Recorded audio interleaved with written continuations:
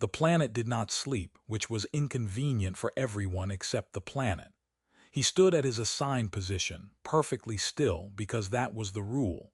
Not mostly still, not occasionally adjusting posture, but completely still as if he were part of the architecture. The citadel around him pulsed in slow, deliberate rhythms, walls breathing with faint mechanical organic precision. It made him feel like he was standing inside something that might, at any moment, decide he was unnecessary. "I am unnecessary," he muttered under his breath. "Good to know we agree." The system responded with a faint tonal shift through the floor beneath his boots. He glanced down. "Don't take that personally," he added. "I'm just saying, if anything goes wrong, I am statistically the least important component in this entire structure." The floor pulsed again. "That sounded like disagreement," he said, "which is flattering but also suspicious." Above him, suspended in a lattice of living conduits, the queen remained connected. She did not move, not in the way most beings understood movement. Instead, subtle changes passed through her, light tracing along her skin in intricate patterns, her form partially interwoven with threads of biomechanical filaments that extended outward into the structure itself. Her presence was not contained to her body, it radiated through the entire citadel. He did not look at her directly for long, not out of fear, more out of the distinct feeling that staring at the central nervous system of a planet was impolite. "You ever get tired?" he asked, keeping his voice low. There was no reply. "That's fair," he continued. "I get tired for both of us." The silence stretched, then. A shift not loud, not dramatic, precise. He felt it before he understood it. A subtle interruption in the rhythm of the citadel, like a heartbeat skipping for just long enough to matter. His hand moved to his weapon. "That wasn't routine," he said quietly. The system hesitated. That was worse, because the system did not hesitate. A section of the wall to his left unfolded, not outward but inward, like something making space where there had never been space before. Figures emerged. No alarms, no warning. Just motion. "That's not allowed," he said. They moved fast, faster than protocol, faster than the system's response time. Their weapons were not conventional. Blades formed from condensed energy, edges flickering with unstable precision, designed not to cut but to disrupt. He stepped forward anyway. "All right," he said under his breath, "this is officially above my pay grade." The first strike came from the side. He intercepted it. Barely. The impact sent a sharp shock through his arm, the force of it precise enough to bypass muscle resistance and target something deeper. "Rude," he muttered. The second strike followed immediately. He didn't block that one. It hit. Clean. A sharp, burning sensation cut through his side, not like pain, more like something trying to remove him from existence in a very efficient manner. He staggered but did not fall. "Okay," he said through a tight breath, "that one counts." The system finally reacted. Too late. More figures entered, more blades, all of them aimed past him, toward her. He understood then, not protection. Interruption. They weren't trying to kill him, they were trying to ignore him. "No," he said. He moved again. The third strike. The fourth. He lost track of which one hurt more. At some point, counting became less useful. "This is excessive," he added, voice unsteady now. "One or two would have made your point." Another impact. His vision flickered. The citadel pulsed erratically around him, the system struggling to recalibrate, to respond, to understand what had already happened. He forced himself forward, between them, between her. The fifth strike drove into him with surgical precision. He exhaled sharply. "5," he whispered. "We're at 5. I feel like we should stop at 5. They did not agree. The sixth followed, then. The seventh, everything slowed. Not the attackers, not the system. Him. The world narrowed to a single, quiet moment where standing felt like a decision rather than a function. He stayed standing. "All right," he murmured. "That's 7. I'm officially done negotiating." The attackers hesitated, just for a fraction of a second, because the system changed. The light within the citadel shifted violently. patterns breaking, reforming, reacting to something it had not anticipated. Above him, the connection. Severed, he felt it, not as a sound, as absence. The queen fell. He turned, instinct overriding everything else, reaching for her as the structure around them destabilized. "You're not supposed to do that," he said, catching her before she hit the ground. The system pulsed wildly, uncertain, unstable, alive, and for the first time. Listening, the system did not appreciate improvisation. It showed this by vibrating in a way that suggested mild outrage. He adjusted his grip on her, trying not to drop the most important being on the planet while also trying not to collapse himself, which felt like an unreasonable multitasking request. "We're both having a day," he said, breath uneven. The scanner nodes embedded in the walls flickered rapidly, projecting overlapping alerts that contradicted each other with impressive confidence. "Pick one," he muttered. "Critical failure or controlled collapse. I can only emotionally handle one of those." The queen did not respond. That was new. He glanced down at her. Up close, the light beneath her skin flickered irregularly, no longer flowing through structured patterns. The biomechanical filaments that had connected her to the citadel hung loose, retracting in hesitant motions like something unsure whether it was allowed to let go. "You disconnected," he said quietly. "That seems significant." The system pulsed again, louder this time, less like a response, more like a question. Behind him, the attackers regrouped. He heard them shift, precise, controlled, not retreating, just recalculating. He didn't turn immediately. "Give me a second," he added over his shoulder. "I'm currently occupied with not dying." One of them moved, fast. He reacted on instinct, pivoting just enough to keep himself between them and her. "Still here," he said. "Unfortunate for everyone involved." The blade came again. He didn't block it properly this time. It cut across him in a shallow but deliberate line, enough to destabilize, not enough to finish. "That's 8, he muttered. "I'm starting to lose track, which feels like a bad sign." The citadel reacted sharply.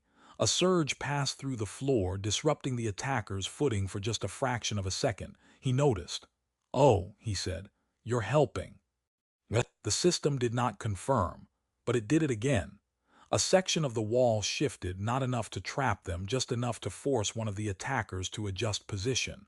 Small delays, minor inconveniences, intentional. He exhaled slowly. "All right," he said, "we're improvising together. I can work with that." The queen stirred, barely. Her fingers tightened slightly against his arm, not with strength but with awareness. The faint light beneath her skin pulsed once, weak, uneven. The system responded instantly. The vibration changed, not erratic anymore, focused. "You feel that?" he asked quietly. Her eyes opened, not fully, just enough. Her gaze was unfocused at first, drifting past him, then slowly settling. On him. "You are still here," she said, voice faint. He blinked. "Yes," he replied. "I have a bad habit of that." Her expression didn't change, but something in her gaze sharpened. "You should not be." He nodded. "Agreed," he said. "We've been over this. Unfortunately, reality disagrees." Behind him, the attackers hesitated again, this time longer. Because the system shifted, not in fragments, not in uncertainty, in alignment. The floor stabilized beneath his feet, supporting his stance instead of undermining it. The walls adjusted, closing pathways, narrowing angles, forcing the attackers into less favorable positions. He glanced around. "Okay," he said slowly. "That's new. You're not just reacting anymore." The queen's hand moved slightly, her fingers brushing against the surface beneath them. The citadel answered. A low resonance spread outward, deeper than before, reaching beyond the immediate structure. He felt it, not as sound, as presence. "That's the planet," he said. Her gaze shifted, distant again. "It listens," she whispered. He let out a quiet breath. "Of course it does," he said. "Why wouldn't it? Everything here listens. Nothing minds its own business." One of the attackers made a final move. Fast, desperate. He stepped forward. He shouldn't have been able to. But the floor adjusted just enough. The strike missed. Barely. He didn't waste the moment. He pushed forward, using the opening the system had created, forcing the attacker back. "I'm starting to think I'm not doing this alone," he said. The queen's light pulsed again, stronger this time. The resonance deepened. The attackers stopped. Not because they wanted to, because the environment refused them. The citadel sealed pathways, redirected movement, removed options with quiet, absolute precision. He stood there, breathing uneven, still holding her upright. "Well," he said after a moment, "that's one way to solve a problem." The queen's eyes focused fully now, not on the attackers, not on the citadel, on him. "You are within the system," she said. He frowned. "I'm standing in it," he replied. "That's been established." Her head tilted slightly. "No." A pause. "You are part of it." He blinked. "Absolutely not," he said immediately. "I did not sign anything." The system pulsed. Once, clear, definite, he went still. "That sounded like agreement," he added quietly. The queen closed her eyes briefly as if listening to something deeper. "It recognizes you," she said. He looked around. "I would prefer it didn't," he replied. The resonance beneath them continued to grow, not unstable, not violent, aware. And this time, it was not just listening. It was choosing. The choosing did not feel dramatic. That was what made it worse. There was no explosion, no surge of overwhelming force, just a quiet, irreversible shift, like a decision made somewhere far too large to argue with. He felt it in his balance first, not his footing. His balance, as if the world had adjusted slightly to include him in its calculations. "I don't like that," he said. The system responded with a low, steady pulse. "That sounded confident," he added. "Confidence is rarely good for me." The queen remained close, one hand still resting lightly against his arm, though now it felt less like support and more like contact, deliberate, necessary. "Do not resist it," she said. He blinked. "I wasn't planning to," he replied. "I just prefer when things don't rewrite my understanding of reality without warning." The pulse deepened, not louder, closer. Something moved through the structure, not physically, not in any way he could track with his eyes, but it passed through him all the same. A subtle pressure, a presence brushing against his thoughts without asking permission. He stiffened. "No," he said quietly, "we're not doing that." The pressure didn't withdraw, it adjusted like it had heard him. "That's worse," he added. The queen's gaze sharpened slightly. "It is learning you," she said. He let out a slow breath. "I don't remember agreeing to be studied," he replied. "There should be forms, there are always forms." Behind them, the attackers had not moved. Not because they were waiting, because they couldn't. The citadel held them not with force but with refusal. Pathways closed around them, the structure denying their movement in ways that felt personal. One of them tried to advance. The floor shifted just enough to misalign their step. Another attempted to reposition. The wall curved slightly, removing the angle. He watched it happen. "You're doing that," he said, glancing at the queen. She shook her head faintly. "Not directly." He frowned. "That's not reassuring." The system pulsed again. Stronger. The presence returned, no longer brushing against him, but settling, fitting itself into the spaces of his awareness like it had always belonged there and had only just been noticed. His breath caught.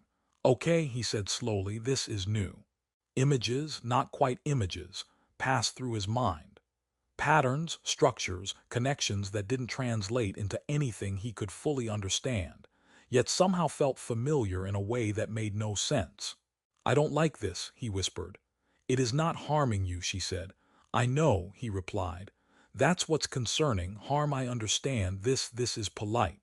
The system reacted. A faint shift, almost amused. He paused. "Did it just?"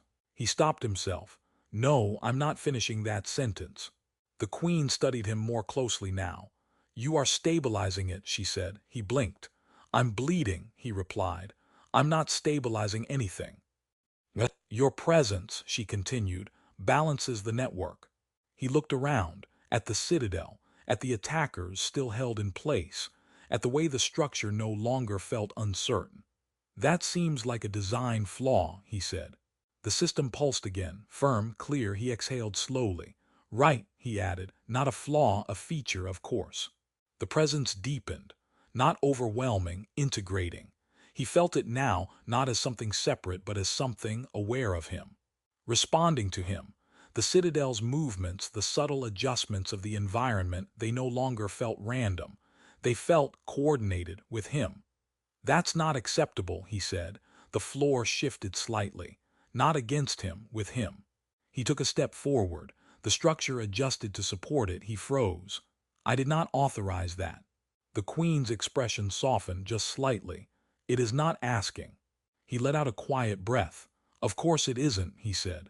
Why would anything ask me anything? Behind them, one of the attackers broke free. Not fully, just enough. A single step. A single movement forward. He reacted instinctively, not with force, with thought. The floor beneath the attacker shifted sharply, just enough. They stumbled, stopped, held again. He stared at it. That was me, he said. The system pulsed, agreement. He closed his eyes briefly. No, he whispered. No, I don't want that. The presence did not withdraw. It remained, steady, patient. The Queen stepped closer. It has chosen you, she said. He shook his head. I don't want to be chosen, he replied. I was doing fine being ignored. It will not return to what it was, she continued. He looked at her, then at the Citadel, then at the attackers, then at his own hands. So what? He said quietly. I just accept this. A pause. You decide what it becomes. He let out a long breath. That sounds like responsibility, he said. I am deeply unqualified for that. The system pulsed. Once firm, unwavering, he stood there for a moment. Then, slowly, he straightened. All right, he said.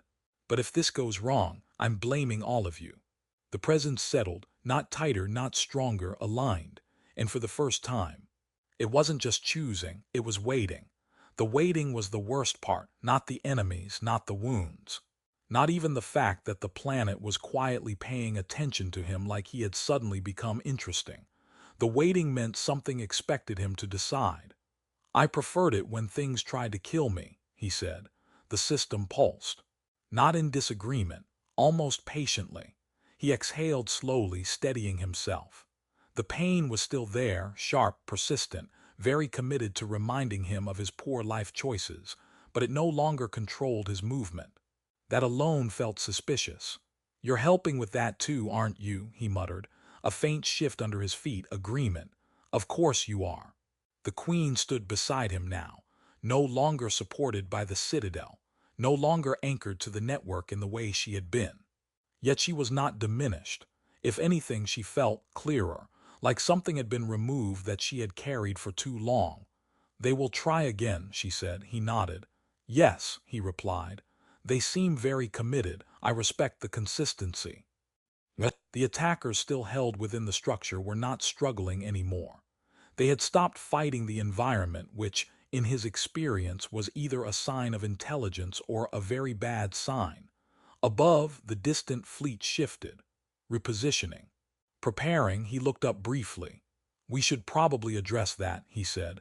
The system responded instantly, not with panic, with readiness. He felt it now clearly, unmistakably. The pathways of the Citadel, the deeper currents beneath the planet's surface, the vast network that extended far beyond what he could see, it all aligned around a single point. Him. He closed his eyes for a moment. This is still a terrible idea, he whispered. You can refuse, the Queen said. He opened his eyes, looked at her, at the world, at the way everything had already changed. No, he said quietly. I don't think I can. The admission settled into the system like a key finding its place. The response was immediate, not overwhelming, not violent, clear. The Citadel opened, not defensively, not as a barrier, as a signal. Energy moved through the structure, flowing outward into the planet's network, then rising upward beyond the surface into the space above. He felt it pass through him, not using him, with him. Okay, he said, voice low. We're doing something. I don't fully understand what we're doing, but we're doing it. The fleet reacted, weapons powered, targeting systems aligned. He felt that too. a sharp contrast to the planet's steady presence, precise, aggressive, certain. They're not going to wait, he added. They are afraid, she said again. He nodded. Yes, he replied, and fear makes people predictable. He stepped forward, the ground adjusted beneath him, not guiding, supporting. He raised his hand. Not dramatically, just enough. Let's try something else, he said. The system responded, not as a weapon, as a voice. The signal that left the planet was not force, it was structure, pattern, meaning. It met the fleet without resistance, without threat for a moment. Nothing happened then. Hesitation, small at first, a delay in targeting, a fluctuation in formation. He watched it unfold. They're listening, he said. The Queen's expression softened just slightly. They remember, she replied. Not all of them, some ships held position. Some recalibrated, some. Powered down, he let out a breath. That's new, he said. The system pulsed again, steady, balanced. Below, the attackers within the citadel were released, not violently, simply allowed to move. They did not attack, they did not speak, they left. He watched them go.